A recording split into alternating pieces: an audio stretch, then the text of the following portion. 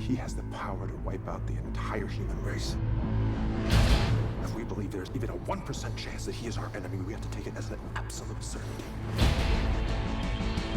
The greatest gladiator match in the history of the world. God versus man. Day versus night. You're psychotic. That is a 3-syllable word for any thought too big for little minds.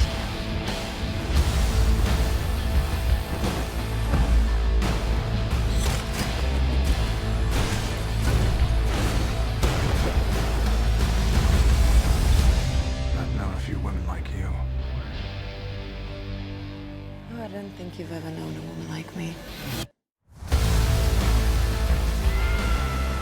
Hi, I'm Winston. And I'm Brian, and we're here at the Warner Brothers lot to interview the cast of Batman vs. Superman: Dawn of Justice. To answer the age-old question, who would actually win in a fight, Batman or Superman? Superman. First question, gotta ask you, not many people are lucky enough to ever play one superhero, let alone two. So after doing one in the past, how did it come about being able to be Batman? Did you ever think that you'd be able to do another superhero? No, I never thought I'd get the chance to do another one. I wasn't happy with how the first movie turned out, and so I really regretted it. You know, I regretted it because it was a really good character. It is a good character. It deserves better treatment, and you know. But I figured, well, that was my crack at this, and I'll, you know, that'll just be that. And then this came along, and it felt like a last chance to actually do a movie in this genre and do it really well. You know, I read the screenplay, and it was written by Chris Terrio, who wrote Argo, and it was so smart and rich and full and real and compelling, and it was like nothing I'd seen before, and I knew that Zack could, you know, shoot it in a way that was visually, you know, evocative and compelling, and so I was dying to jump on board. Great. Now, there's been some great Batmans, but this movie definitely went epic. It was amazing to watch, amazing to listen to and see. And your Batman has its own spin, went far darker than Batman seems to have been before.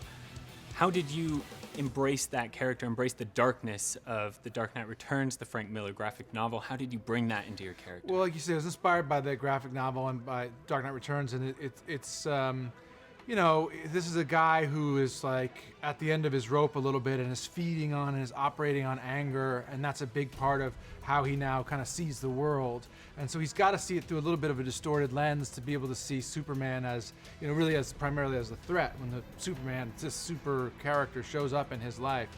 And I just, you know, I just sort of followed the guide laid out for me by this screenplay, which made really good emotional sense for the character, and Zack was, you know, very concrete and good about, like, you know, he hand draws every frame of the movie, and so he knows exactly, you can see exactly sort of where you are in the movie and calibrate your performance to it, so it was really helpful.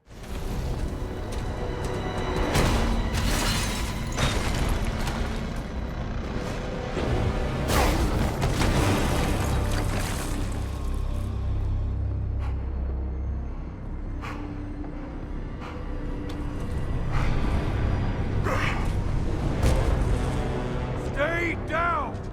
If I wanted it, you'd be dead already.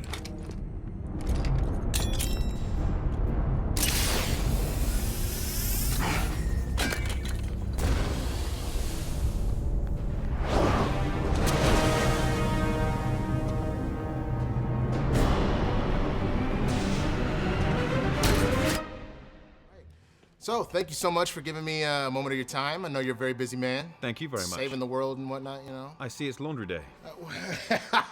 I see what you did there. All right. You know, I'll tell you right now, man, I'll be 100% honest. Superman, of all the superheroes, is not normally my favorite. And the reason why is because I always feel like Superman has everything. He's a good-looking dude. He's got all the powers. He can fight anybody. But what I love about these two films, Man of Steel and Batman vs. Superman, is instead of worrying about what Superman can do, they worry about what Superman should do. That's the focus on what should he morally do. So what was that like for you to really attack it from a different angle? Instead of like, how hard can I punch things? You know, kind of, how do I solve these problems? Yeah, the interesting thing which we're exploring in this movie, which hasn't really been shown before, is the development of Superman. There is the Superman in the comic books who we know and love, or don't love in your case. And he is the paragon of hope and justice and rightness. And in this, we see him growing into that. He's learning his lessons. He is...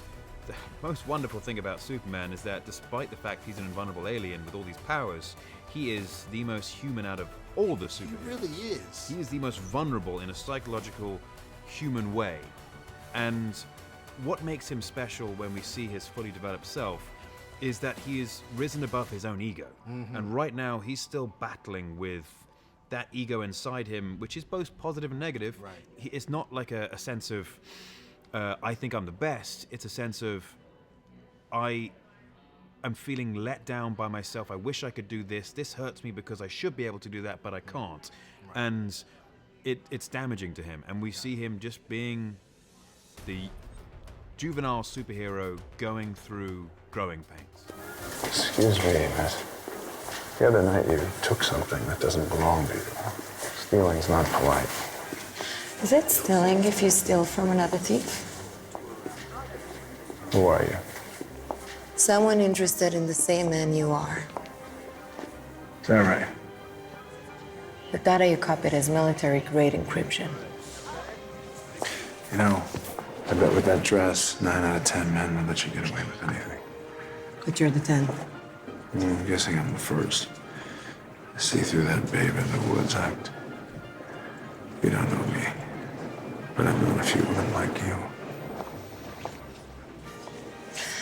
Oh, I don't think you've ever known a woman like me. How are you? I'm very well. How are you? Good. Who are you with? Black Tree TV. No. I mean Oh. Batman or Superman. Yeah, personally, I'm a Batman guy. What about yourself? I can't say. Oh, you It's can't like, say. I can't choose. I choose them both. Torn between the two? Yeah. Oh, that's It's hard terrible. to choose. Do you find that you'll keep that way going towards Justice League, and once you have all the combatants together, will you be able to pick one? Do you have a favorite superhero? Growing up, I wasn't so big in comics and stuff like that. I was a very active girl. I used to do sports, be around. I didn't spend too much time watching TV or movies. But we'll have to see. We're going to start shooting Justice League very soon. Yeah. So we'll see how it goes. Fantastic. Now, I understand you were in the army, the Israeli army. Right. And I gotta ask, like, that is not only not a trait you often hear in Hollywood, but especially among the female actors out there.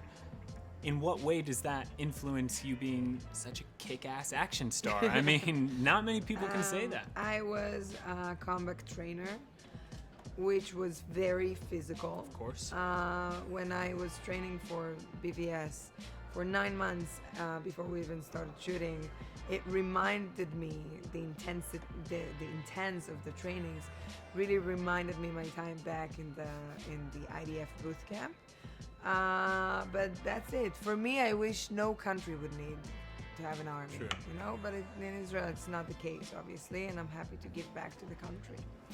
All right, so Mr. Fishburne, I gotta be honest with you. You've been like a film dad for me forever. Oh, like thank you, son. You've got Boys in the Hood. Serious Styles. You got Blackish, which I love that show so much. Yeah. The Matrix, even Morpheus kind of has like that wise uncle yeah, feel. he's mentor, dog father. Yeah, Absolutely. right. So, Yeah. what do you think? How does it feel to be, I guess, the consummate role model for Black youth watching films?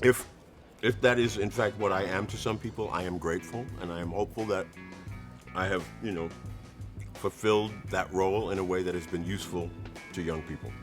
Wonderful. I and it's one of those things that I look at like you and Denzel and Morgan Freeman, how you guys are constantly working, which is so amazing.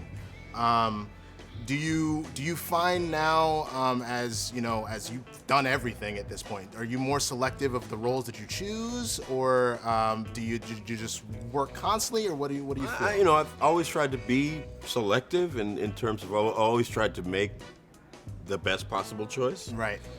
And this particular, role in Perry White was really like a wonderful, like it's better than a box of Cracker Jacks, you know what I mean? Right. It was like, because you're going to get a surprise. Right.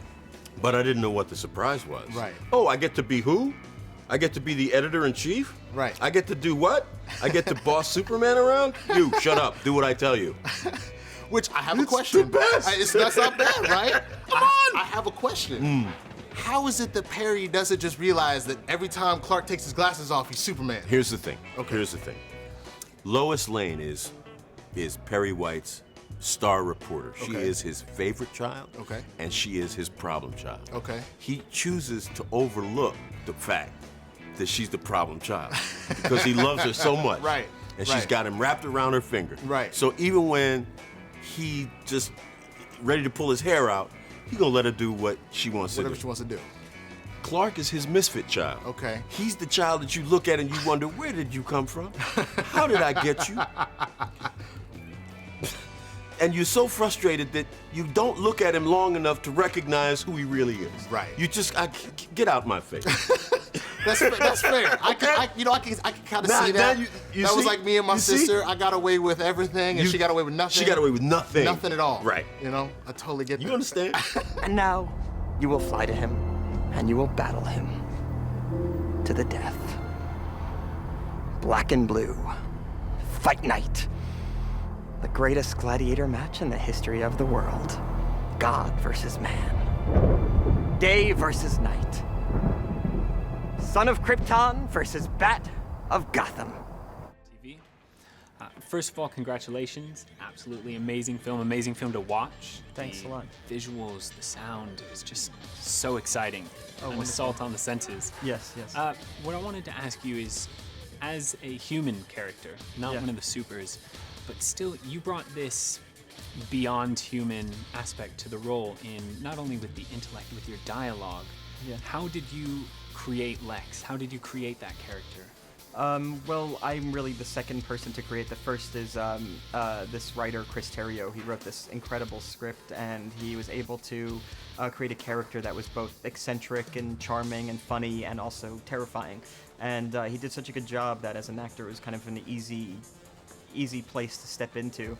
And then there are all these other wonderful elements to the character. You know, I have a interesting wig and interesting outfits, and all this stuff adds to what is kind of an eccentric guy who becomes increasingly, over the course of the movie, pretty terrifying.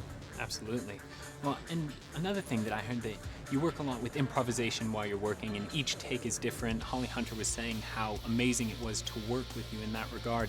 How does using different takes and doing it different ways every time really round out your performance? My feeling always is like, as an actor, like the first time you do anything is probably going to be the best, because I think it's fraught with all of the freshness and emotion of trying something for the first time. But of course, a movie, you have to do it many, many takes. And so for me, it feels like if you try something a little different each time, then it'll always have the freshness, and then each take will be good on its own, even if it's not like a perfected version of something. Absolutely. Now, supervillains have become immensely popular to play, what with the rise of Dark Knight and Heath Ledger's portrayal in Bane and beyond. Were you tempted at all to go with that dark kind of innate madness in your character? Were you inspired by other roles that you've seen recently? Yeah, but probably even more inspired by, you know, people that I've known who are similar to this, people who are, you know, can be charming but ultimately manipulative, people who can actually be destructive and narcissistic. I'm more interested in, like, you know, people you know, and thinking about them and thinking about what drives them, because a real person's always going to just be that much more fascinating and full of life and rich in detail than a movie character. And so when I'm bringing myself to it, I try to kind of transport those feelings I see in others into myself. Sorry.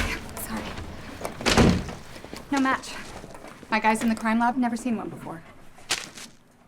It's called a bullet. You shoot people with them. Recovered from the scene of the firefight in the desert. Not sold anywhere commercially in the world, even black market. So? So who gave prototype military rounds to Tuareg fighters in the Sahara? The ask, Lois.